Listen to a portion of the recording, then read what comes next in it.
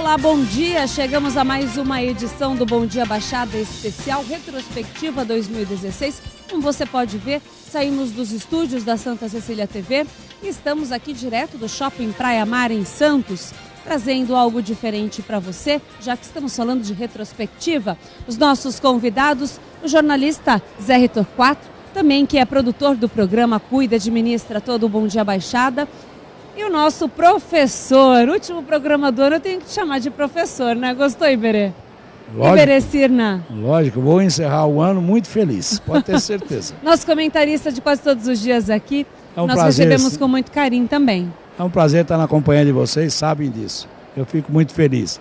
Quero aproveitar, Paula, se me permite, Sim. Parabenizar a equipe do programa, toda a produção que aceitou o desafio de fazer um programa num shopping, entendeu? Aberto, com movimento. Em épocas de compras de Natal. Então, e aceitaram o desafio e estão fazendo com muito brilhantismo. Queria deixar os parabéns a toda a equipe, viu? Até porque é uma forma do nosso telespectador ver como é que funcionam os bastidores de uma emissora de TV, de um programa de TV, né, Zé? Isso, Paula. Bom dia aos telespectadores, professor Iberê Cirna, que eu gosto, respeito muito. É uma satisfação, né? A gente está envolvido nesse projeto, uma equipe tão qualificada, né? Um projeto diferente, para provar que o trabalho que a gente vem realizando aqui no Bom Dia Baixada é muito árduo, com muita dedicação, e eu creio que a gente está atingindo nossos objetivos.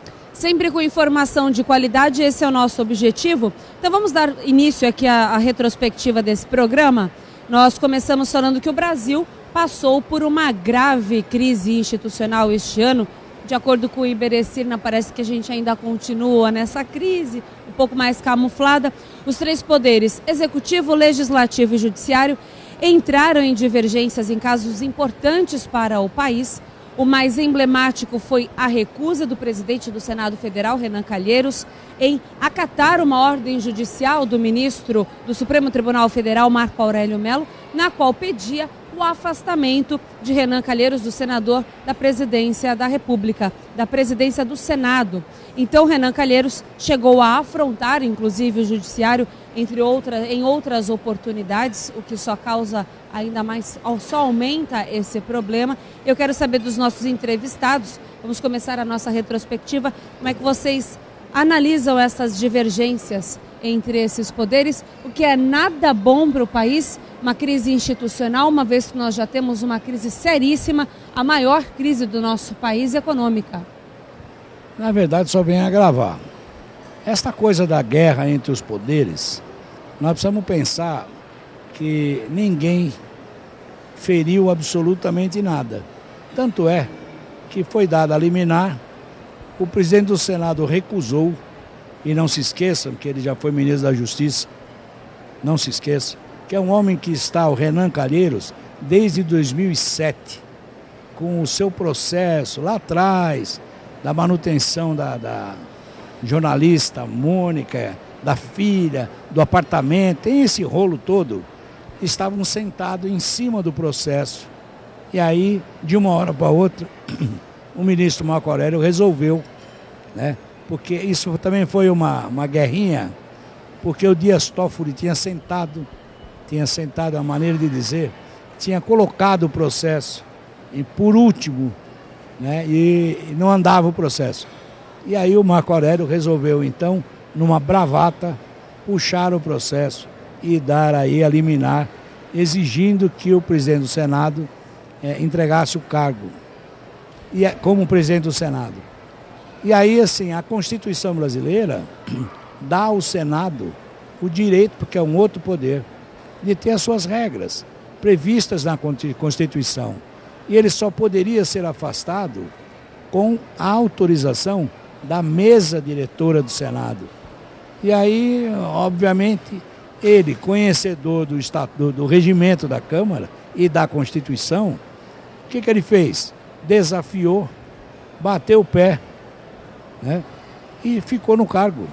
E aí inventaram, como sempre, um jeitinho brasileiro. Ah, mas ele pode ficar, mas não pode suceder, está na linha de sucessão. Isso é jeitinho brasileiro. Fatiamento. É o fatiamento. Mais um fatiamento. Quando uma Constituição ela não é exata, ela é subjetiva, ela provoca essa discussão. As emendas constitucionais, que no Brasil é uma festa, só para que tenha ideia, Paulo, a Constituição americana sofreu 24 emendas constitucionais em 242 anos. Nós, em 20 anos dessa Constituição cidadã, já recebemos 76 emendas constitucionais. Então, é uma obra mal acabada ainda, porque não foi regulamentada uma série de artigos da Constituição, o que deixa dúvida. Então, primeiro é que essa guerra de poder não ajuda ninguém, continua e aumenta a insegurança institucional do país perante o mundo, e aí nós queremos sair de uma crise econômica? Como? Se eu não acredito nas instituições brasileiras. O que acontece, na sua opinião, Zé? O Renan, ele se acha, popularmente falando, todo-poderoso, intocável, nada o atinge.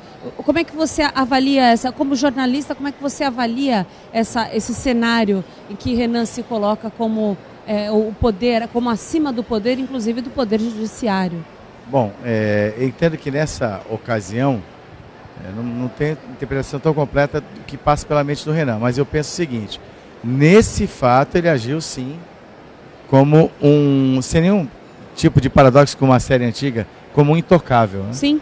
Como alguém intocável, sendo que ele, enquanto réu, houve a interpretação do ministro Marco Aurélio, que ele deveria deixar a presidência do Senado. Foi uma atitude que me espantou bastante, uma atitude de desobediência civil por parte de um presidente do Congresso Nacional, presidente do Senado, afrontando o Poder Judiciário. Eu fiquei extremamente preocupado quando daquela ocasião. Muitos que defendem a volta dos militares ao poder, e até eu que não o defendo, pensei naquele momento. Hoje, os militares, uma outra situação, com envolvimento político maior, eles teriam aí a senha, o salvo-conduto para implantar um regime de força novamente no país. Foi muito grave o que o Renan Calheiros fez, mas felizmente ou infelizmente não teve desdobramento que poderia ter naquele momento para o Brasil, que já estava tão complicado com a situação política difícil do presidente Michel Temer, dos seus aliados, uma inconsistência política, uma crise política permanente, afetando demais a economia. Foi um episódio que marcou esse ano, sim, com certeza. Não, poderia aí dar início a uma crise institucional gravíssima, né? Mas a gente sabe que foi feito um acordão, ou a gente entende isso, você pode explicar melhor, né, Iberê? Para que, acho que o presidente nesse ponto ele soube colocar panos quentes e dar sequência sem maiores danos para o nosso país. Vamos ver, o presidente foi dormir, ele foi descansar porque ele não queria entrar nessa briga. Primeiro que ele tinha com o Renan... Mas a gente sabe que indiretamente... A garantia da aprovação da PEC, do gasto. Então, sem o Renan com Jorge Viana já seria um pouco temerário, porque é de um outro partido, de uma outra linha, né, ideológica, que defende uma discussão mais aprofundada, que também está politizado. Então o presidente... Poderia dar trabalho para o Michel Temer. Resolveu dormir, não vamos entrar na briga, né? E o Supremo, curiosamente, votou de uma forma inesperada, né? Votou como? Votou primeiro, que eu nunca vi no Supremo, o decano ser o primeiro a votar. E no caso do Celso de Mello, foi o primeiro a votar. Isto significa uma explicação jurídica de caminho para outros juízes. Ora, foi acachapante a derrota, o Marco Aurélio apanhou um pouquinho, entendeu? Não gosta, obviamente, nenhum ministro vai gostar disso, mas teve que engolir seco e ficou quietinho. Vai ter troco? Vai, entendeu? Isto é o grande problema da justiça se politizar. As discussões no Brasil caminham sempre para o lado político e a justiça não poderia nunca entrar nesse mérito. Teria que cumprir fielmente a Constituição. Aí quando você começa, mas o ministro é do partido tal, o outro é do outro partido, vai voltar, viu, Zé, a história do 5º Constitucional. O que é? É a indicação dos ministros feita pelo presidente. Hoje nós temos um Supremo com 9 indicados pelo Partido dos Trabalhadores. 9 dos 11. Entendeu? Isso é a história do 5º Constitucional. Está lá na Constituição, que é o presidente que indica. Então, isso tem que ser revisto, gente. Nós temos que olhar o Brasil e buscar novos caminhos. Não o que está. O que está mostrando que o Brasil sofre com essas guerrinhas políticas, entendeu?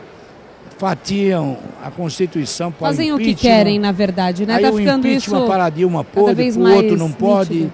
Quer dizer, parece que estamos olhando de acordo com o cheiro ou de acordo para onde bate o vento. Isso é ruim para o país.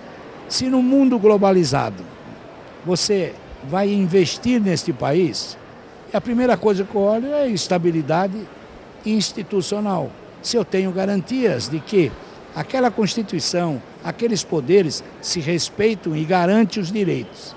Se você diz não, então eu pego meu dinheirinho e vou pôr em outro lugar. Então é difícil sair até da crise econômica.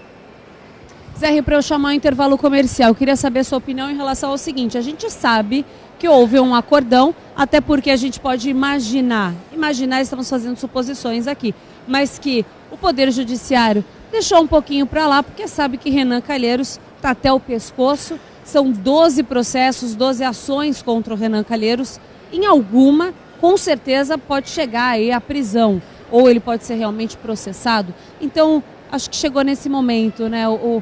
Foi feita uma análise dessa situação do Renan. É um coitado, se a gente for avaliar bem a situação, está até o pescoço com problema com a justiça, então eles deixaram seguir. Paulo, eu penso exatamente nessa linha. O que aconteceu que fez com que até a presidente do Supremo Tribunal Federal, a ministra Carmen Lúcia, que quando da negativa do Renan, ela se manifestou dizendo, trocando em miúdos, né, falando a linguagem popular, isso não vai ficar assim? O próprio decano Celso de Mello, que deixou depois bem me parece claro. que foi o conselheiro para que o Senado não acatasse a liminar do ministro Marco Aurélio, que aliás eu assisti a sessão, viu? Sim. A fisionomia do ministro Marco Aurélio realmente era péssima, sofreu uma derrota, entenda que até uma humilhação pública, Sim. no meu entendimento.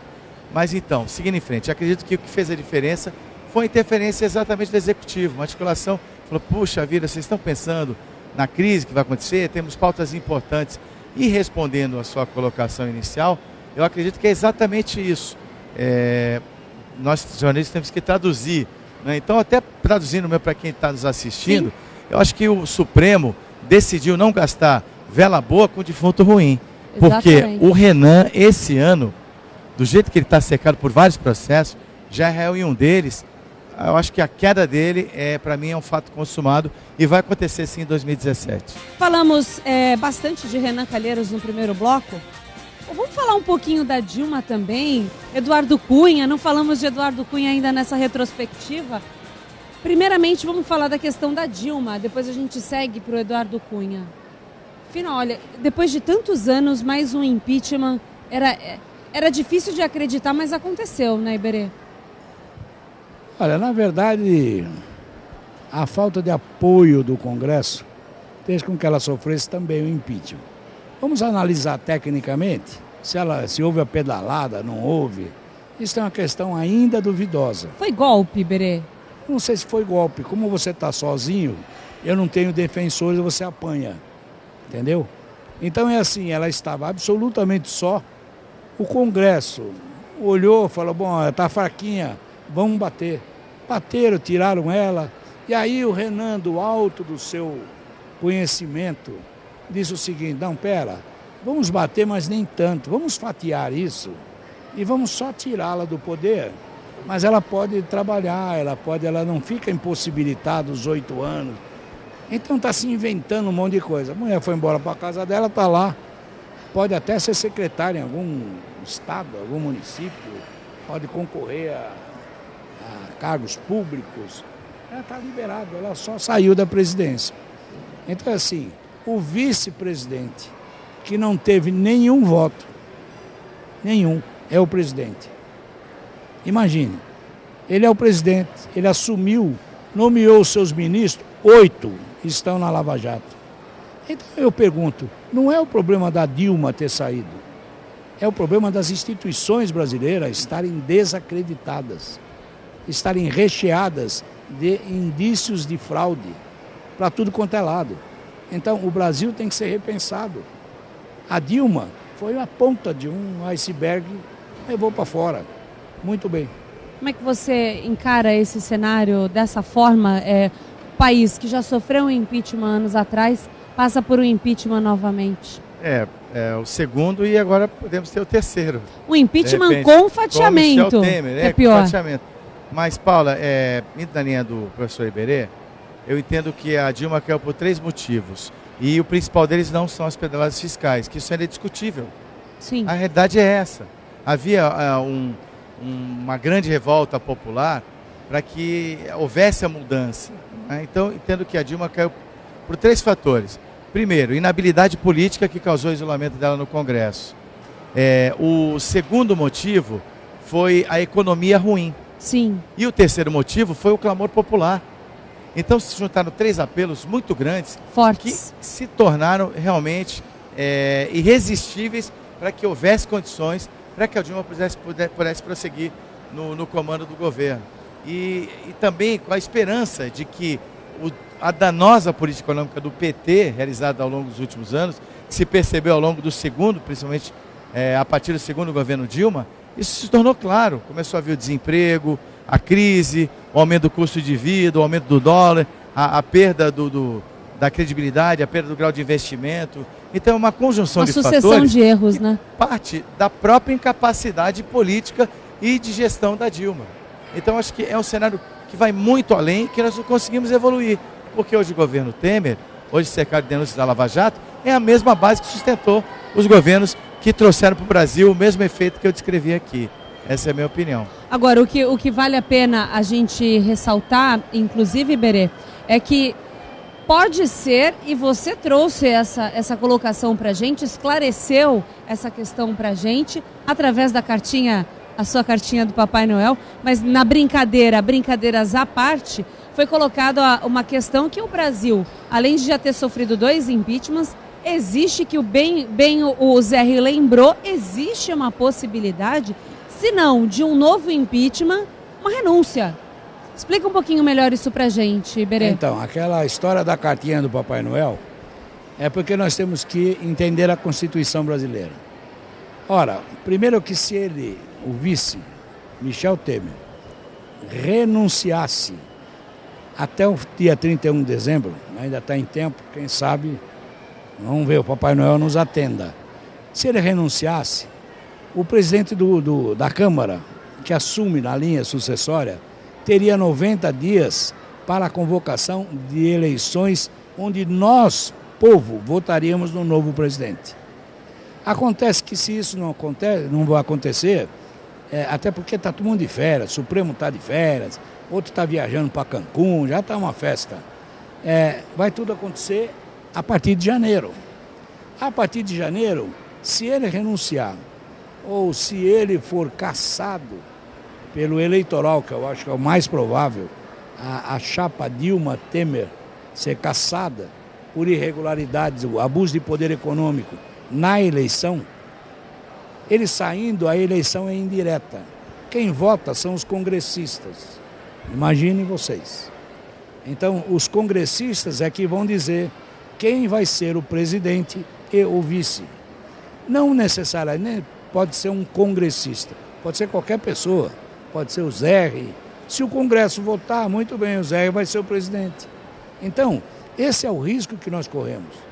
Imagine colocar na alcateia de lobos um lobo para, tomar conta das ovelhas. Não vai dar jeito. Então, a minha cartinha do Papai Noel pedia para que o Papai Noel fizesse ele assinar a carta de renúncia. Ainda em dezembro. Ainda em dezembro. Né? Por que isso? Porque isso forçaria que nós, a população brasileira, fôssemos às urnas em 90 dias e escolhêssemos um novo presidente. Como isso não aconteceu, nós corremos um sério risco de o Congresso brasileiro estar indicando ou elegendo o novo presidente e vice. Veja, são suposições que nós estamos fazendo aqui, mas de acordo, Zé, você é jornalista também, está aqui que não me deixa mentir, de acordo, o presidente Michel Temer, ele não é muito popular, a gente sabe que ele sofre com uma impopularidade desde quando ele assumiu uma impopularidade que só cresce. E se algo faz sentido diante dessa cartinha, Iberê, a gente sabe que entre a população e entre o Congresso, aonde será que o Michel Temer iria realmente dar espaço? Provavelmente para o Congresso. Então, se ele tivesse que renunciar, então para ele seria mais fácil renunciar depois de janeiro. A não ser que houvesse uma crise de consciência e ele quisesse se tornar, diante de tanta impopularidade, uma pessoa um pouco mais popular. Mas na política não tem muito essa lógica, não. Exatamente. Então existem coisas aí que a nossa van filosofia não vai entender. Os acordos políticos, interesses políticos. Então, acho que nós temos que esperar 2017. O 2017 eu gostaria de estar aqui otimista, como sempre fui na minha vida. Mas, lamentavelmente, por tudo isso que a gente está colocando, pela delação da Odebrecht de 77, o caminho de 2017 é aumentar a insegurança institucional desse país. E aí, mais do que nunca, nós teremos o quê? Um nível de investimento diminuído. Obviamente, não sairíamos da economia, um aumento do nível de desemprego. E aí vai um outro parênteses. Não se esqueçam que os Estados Unidos hoje elegeu aquele simpático cidadão Donald Trump, que já aumentou o juro americano em 0,25. E já disse que o Fed vai aumentar o juro a cada 3 meses. Sabe o que significa isso, Paulo? Por favor, explica para o nosso telespectador, Iberê. O que explica é o seguinte: quando os Estados Unidos aumenta 0,25, a economia americana é tão sólida que eu prefiro colocar o meu dinheiro lá com 0,25 garantido, do que colocar num país como o Brasil, que diz que o juro que ele paga é 13%, descontado a inflação que é 8%, né? Ele vai sobrar 5% inseguro. Então eu também dependo do mundo globalizado. Então, se o Trump realmente, a cada 3 meses, começar a reajustar o juro americano, nós aumentaremos e aprofundaremos a crise econômica no Brasil. Paulo, quanto ao Temer, Iberê, eu entendo que ele tem encontro marcado com a justiça, que pode ocasionar o impeachment dele, que é do TSE, por conta das doações de campanha irregulares. O julgamento está previsto para fevereiro. Que é quando volta, todo mundo volta de férias, né? Quanto a isso, ele não pode fazer muita coisa. É o entendimento dos ministros. Se ele cometer irregularidade na campanha, aí seria impugnada a chapa Dilma Temer, ele cairia também. Agora, tem alguns fiéis da balança. Os efeitos da delação premiada da Lava Jato, da Odebrecht, e também como vai estar a economia. Não esqueçam que o presidente Lula enfrentou o escândalo do mensalão e não foi adiante. O Lula, ele conseguiu se manter devido ao seu alto nível de popularidade, porque a economia estava muito bem, pelo menos aparentemente naquele momento. A sensação da economia estar num momento muito bom, como ele mesmo disse, da marolinha, fez toda a diferença. Faz toda a diferença também. Tem várias questões que envolvem aí Michel Temer. Ele é muito bem articulado com o Congresso e eu não duvido nada, Zé, que eles consigam tirar algum coelho da cartola, assim como foi com o Renan Calheiros. Cunha se segurou por muito tempo à frente da presidência da Câmara também por essa questão. E até Rodrigo Maia, que hoje é o atual presidente da Câmara, também já tem lá seus processos e também permanece na Câmara. Então é difícil de duvidar que algo aconteça nesses próximos meses aí. Olha, Paulo, existe uma diferença muito grande entre as nossas discussões jurídicas de interpretação da Constituição, como a gente abordou até agora, não receber o oficial de justiça, fatiar, tudo isso é possível porque é intramuros no Brasil. A economia não é intramuros, a economia é globalizada, ela é mundial, eu dependo do mundo. Então não adianta o presidente ficar criando aqui ideias maravilhosas. O mundo tem que aceitar, os investidores têm que aceitar, a China tem que concordar, os Estados Unidos concordar. Então, é muito difícil você, com uma varinha de condô, como se fosse um mágico, pegar o Henrique Meirelles e ele bater, não dá, gente. Nós temos que caminhar, primeiro, garantir a estabilidade institucional, para depois chamar o mundo e dizer assim, olha, nós aqui nos respeitamos, nós aqui respeitamos as instituições, podem vir, mas para isso eu tenho que respeitar. Então, são duas coisas distintas. Então, economia não dá para você brincar, eu dependo do mundo. Então, o juro de a queda da Bolsa de Kuala Lumpur assusta o Brasil. Gente, eu não tenho nada a ver com isso. Ainda na discussão política e jurídica, intramuros nós brigamos, fatiamos, fazemos o diabo. Economia, lamentavelmente, não depende disso. Por falar em retrospectiva, ainda não falamos de Eduardo Cunha. Vamos dar um pitaco nessa história também? Eduardo Cunha está apagado do cenário político também? Renan Calheiros, até Dilma Rousseff também está apagada, mas Renan Calheiros tá nos holofotes, né? Renan Calheiros, Rodrigo Maia estão nos holofotes, até mesmo o Marcelo Odebrecht está mais nos holofotes do que o próprio Eduardo Cunha. Vamos falar um pouquinho dele também. Demorou, mas ele saiu. E aí vieram as promessas de escrever livros e tudo mais, e ele está quietinho. Olha, Paula, você quer a minha opinião? Compraria o livro dele? Não, a minha opinião é que me preocupa enormemente estar muito calado. Sim. Me preocupa, é difícil você imaginar um homem que mostrou o poderio que tinha na Câmara. Lembra muito Renan Calheiros. Mostrou. E que de uma hora para outra não se fala mais nada.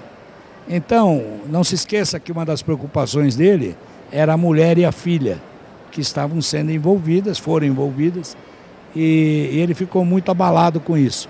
Mas quando a pessoa fica muito quieta, aquilo é uma caixinha de Pandora. Não sei se ele escreveu ou não, entendeu? E se escreveu, não é agora que vai aparecer. Eu acho muito difícil ele agora, de uma hora para outra, se converter a não falar absolutamente nada, nada aconteceu e ele não sabe de nada. Não é o perfil dele esse, Berê? Não, eu fico preocupado com esta coisa quieta do Eduardo Cunha. Ele saiu do holofote e isso é perigoso, porque eu também não sei o que é que nós estamos conversando, onde a imprensa não chega, a mídia não alcança, o que ele está falando. Eu tenho preocupação. Se preocupa também? Compraria o livro do Eduardo Cunha, Zé? Eu compraria sim. Eu também, curiosa. Muitas informações de bastidores de Brasília, sim, né? A gente fica buscando aí os bastidores, né? Os porões aí da política, né? Aquele submundo que ele conviveu tão bem. Mas o Cunha parecia indestrutível mesmo. Sim. Mas você já tem 18 anos, né? Já. Vai ser um livro proibido a menores de 18. Pode ter certeza. Verdade. Não, rei morto, rei posto. Quem que se lembra de Eduardo Cunha agora? Está esquecido e acredito que o silêncio dele deve ser em relação à preocupação que ele tem com a mulher e com a filha, que estão às voltas com a justiça. Então, talvez ele tenha adotado a cautela de não se manifestar. Mas um dia ele vai falar. E tem muito para dizer e muita gente vai ficar de cabelo em pé. Bom, a gente sabe, foi importante a gente tocar na questão do Eduardo Cunha, porque muitos foram os presos, né? Inclusive que estavam esperando aí um indulto ou uma saidinha aí da cadeia para visitar a família no Natal, o que não aconteceu. Iberê, lembra pra gente alguns nomes desses políticos, assim como Eduardo Cunha, que também foram presos, permanecem presos? Até uma lista infindável.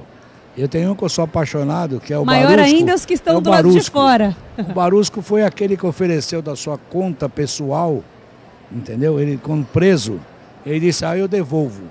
Eu vou dar minha conta, 370 milhões de dólares. Eu fiquei olhando, então eu fiquei fã desse cara. Assim como você tem o Duque, assim como você tem uma série que dá a primeira leva, entendeu? E que não vão sair, não. Não vão sair para indulto de Natal. A delação premiada vai levar muito mais gente. Dizem as más línguas que Curitiba já está ampliando sistema prisional? O sistema prisional provisório lá junto à Polícia Federal. Dizem as más línguas.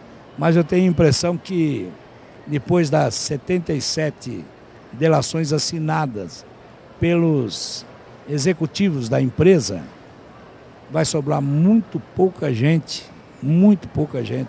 que não tenha alguma coisa escrita na Lava Jato. Então, alguns aí, como o Marcos Valério, Zé Dirceu, o Moura, tantos outros que estão presos e ninguém mais fala. Então, a preocupação qual é? É que não vai ter festa para ninguém. Só o Marcos Valério conseguiu mudar de prisão, por razões, né, que não vem aqui o caso, mas pediu, implorou lá, entenderam que ele tinha que mudar, mas continua, saiu de uma prisão para outra. Aí você tem lá Cabral, você tem... Vamos lembrar também que o Rio de Janeiro, o sistema prisional também está inchado ali. Garotinho que fez aquele circo todo. Ninguém quer ir para Bangu, né? Ninguém quer ir para Bangu. Porque... Garotinho foi preso, Sérgio Cabral foi preso, então, Pezão talvez... Isso, o Garotinho foi preso, mas está aí postando informações aí no Face, acusando. Ele tem a acusação muito séria da Rosimeire, aquela que era secretária do Lula e que viajava nas vezes acompanhando o presidente. E segundo o Garotinho, ele tem toda a documentação, mostrou inclusive, que ela, usando o passaporte diplomático e a mala diplomática, levou para Portugal, que ninguém abre a convenção internacional, você não precisa abrir a mala, basta que você diga o que tem dentro. E ela disse, aqui na mala não vai abrir, mas eu tenho 25 milhões de dólares nas malas, né? E a regra portuguesa não permite informações do sistema bancário. É sigilo. Ora, mas só que alguém orientou, falou, olha, você vai levar esse dinheiro do aeroporto para o banco, é preferível que você contrate uma empresa seguradora, essa de transporte de valores. E efetivamente contratou. Este é o documento que está circulando por aí. É um documento de uma seguradora, transportadora de valores, dizendo o nome de quem contratou e o que estava transportando para onde.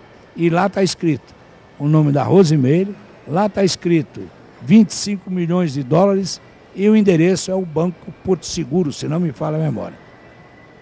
Zé, olha, tantas informações assim, é um professor, nós estamos tendo uma aula de política aqui. Eu queria, como a gente está numa retrospectiva, nós temos que destacar o grande número de polícias ilustres que estão atrás da cadeia, de empresários importantes desde 2015. Que já configura uma mudança muito grande para o Brasil. Sim, até vou filosofar um pouco. É como se você estivesse arrancando o telhado da sua casa, aí você fica tomando chuva, tomando frio, fica aquela instabilidade, vai representando a estabilidade econômica, só que de repente daí você pode criar um telhado mais forte, melhor, novo, reformular essa casa e adotar novas práticas para que ela seja mais sólida e mais limpa, acima de tudo. É isso que todo brasileiro de bem deseja. É o faxinão. Exatamente, é o faxinão.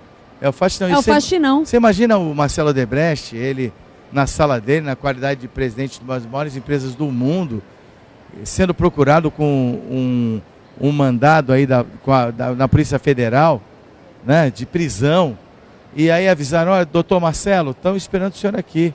Quem é? A Polícia Federal. Manda esses caras embora, manda voltar outra hora. O que é que eles estão pensando? O senhor não entendeu, eles estão vindo aqui para prender, eles estão amparados pela justiça. Você imagina o que isso representa para o Brasil?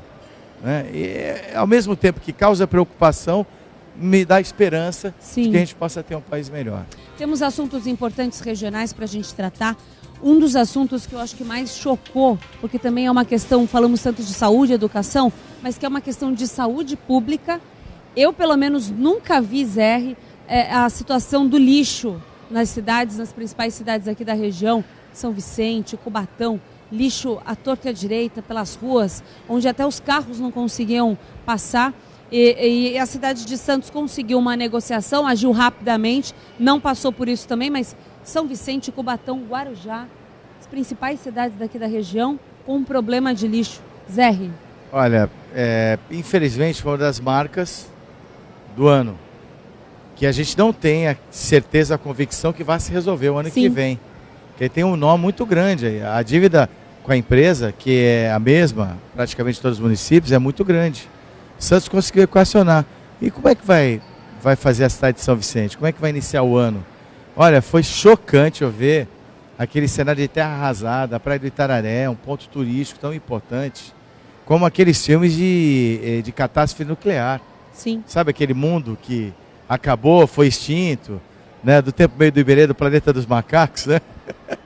Que até fizeram um filme, mas realmente foi muito triste. E é uma grande preocupação agora a questão do lixo, que agora já teve também atraso de salário. Estamos convendo com isso novamente no final do ano. Vamos levar essa questão, infelizmente, para 2017. Onde também a Prefeitura de Santos conseguiu sanar de uma forma um pouco mais tranquila, até antecipou em junho o 13º salário, uma parcela, a outra parte até agora já deve ter feito também o seu pagamento. Em compensação, São Vicente deixou bem claro que a parcela do 13º vai ser paga de acordo com a arrecadação. O que preocupa, Iberê, essas pessoas hoje elas não contam mais com o 13º para fazer compras, elas contam com o 13º para pagar dívidas. Como é que você vê essa situação? Olha, Paula, você sabe melhor do que ninguém que participo muito desse programa. Tenho levantado essa ideia de que era um grande cavalo de Troia o partido PSDB ter ganho 7 prefeituras. Porque se você analisar a economia brasileira, derrocada como é que está, abalada, por uma inércia o Estado e também o município. Não existe dinheiro no país, não existe perspectiva de melhora na economia. Quem é que vai sofrer? Ninguém coleta lixo no federal. Ninguém coleta lixo no estadual. Eu coleto lixo onde eu moro, na minha cidade. E aí os municípios não têm a participação de impostos, o Estado não pode fazer milagre, assim como a União não está fazendo milagre. A União está lá tentando renegociar a dívida dos estados. Então, nós vamos passar o quê? Que o prefeito eleito, seja qual for, se não fez a lição de casa lá atrás, me parece que aqui da região, o Mourão foi o primeiro colocado em fazer o trabalho, entendeu? Ele fez a lição de casa desde que ele sentou lá. Então, Praia Grande não está passando tanto sufoco, mas também está passando sufoco. O Paulo Alexandre é a mesma coisa. Já os outros municípios estão comprovados aí que não tem dinheiro para pagar o salário do funcionário. Então, e qual é a perspectiva do município? Que alguém, um anjo, vai descer com um baú de dinheiro? Não existe isso. Então, quando eu digo que o 2017 é duro para todo mundo. Vai ter que rever contratos, vai ter que reduzir alguns contratos. E quando você reduz o contrato, você reduz a prestação de serviço. Ora, então aqui em Santos está se reduzindo em 25 milhões o contrato da coleta de lixo e nós não teremos, segundo a informação, a varredura diária em todas as ruas. O lixo é feito por peso. Mexeram no contrato para continuar. Para poder honrar, porque senão não tem jeito. Exatamente. Isto é todas as prefeituras. Nós estamos falando de Santos, que tem um orçamento, entendeu? Que fez a sua lição lá atrás, está cortando na pele agora, está cortando a própria carne. Agora, São Vicente já vem desde o início do governo, do Billy, com essa... Tanto que o Billy diz que eu herdei essas dívidas. Essa é uma discussão que o povo vicentino não quer saber. Ele quer saber que não tem... Ele quer saber do 13º no bolso dele. E o lixo não pode ficar na porta dele. Quer saber o salário todo mês ali no bolso também. Então, é lamentável, porque existe um estudo, viu, Paulo, até para encerrar a minha fala, de que o endividamento do brasileiro, já está por volta de 60%. Sabe o que significa isso? É tanto incentivo a consumo que eu já tenho o meu salário 60% endividado nos famosos carnês e assim por diante, cheques especiais, cartão de crédito e etc. Eu pergunto agora, quando você fala assim, não vai receber esse mês, é um desespero. E aí a pessoa vai puxar os cabelos. Então, A economia, se não recuperar, as prefeituras vão sofrer mais ainda e cortar mais serviços ainda. Já que estamos tratando de um assunto metropolitano, falando de questões metropolitanas, Zé, a gente tem uma questão importante que é das 9 prefeituras, 7 tem um dirigente, né, uma pessoa que vai comandar a cidade que pertence ao PSDB. As outras 2, se não é diretamente do PSDB, faz parte da base aliada.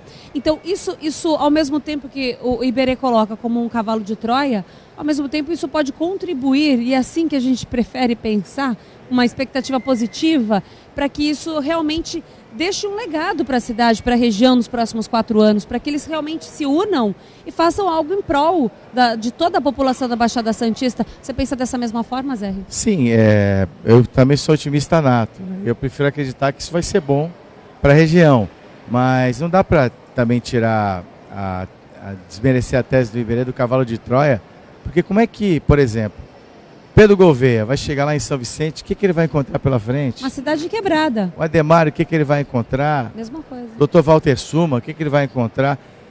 Penso que o Marco Aurélio lá em Itanhaém fez um bom trabalho, também fez a lição de casa, mas isso impacta diretamente a região.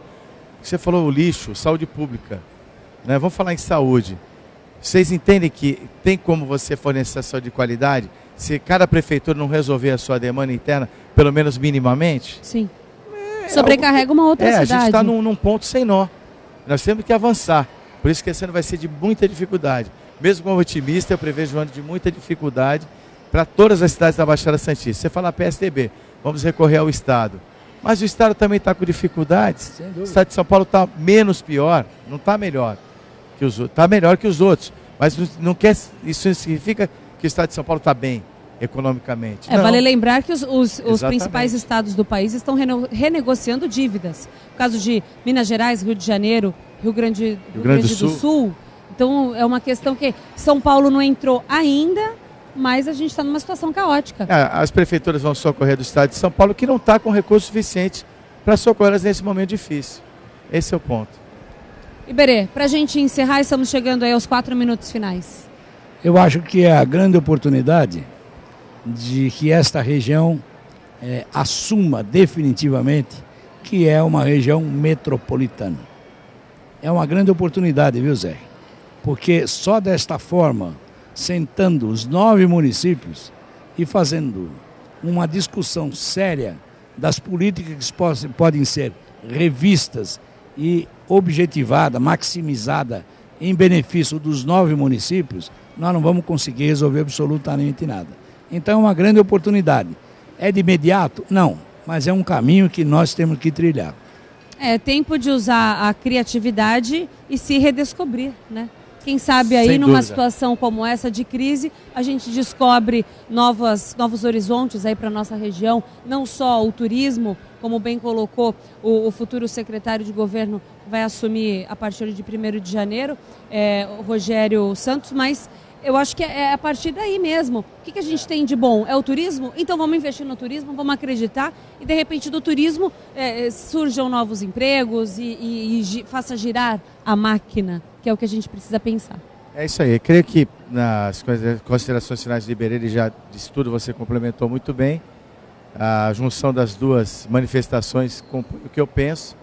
E eu queria aproveitar já para agradecer a oportunidade de estar aqui, né, nesse projeto tão bacana e, sobremaneira, agradecer a você, Paula, a essa equipe técnica extraordinária que está aqui, né, composta, o Luizinho, o Luciano, o Anderson Pereira, o Frank, Marcão, Alexia, Rodrigo Bertolino, toda a equipe sem exceção, aos gestores aqui do projeto, o Maxwell Rodrigues, o Rogério Conde. Ariane Rocha. E a Ariane Rocha também comandando essa equipe aqui. Ari, que veio aqui compartilhar ao Ari também Brito, ao nosso inesquecível Ari. Júlio Pereira, nossa grande perda nesse ano, está aqui nos abençoando e o trabalho saiu maravilhoso. E o orgulho de estar fazendo parte, comandando esse time, para mim é uma grande conquista profissional.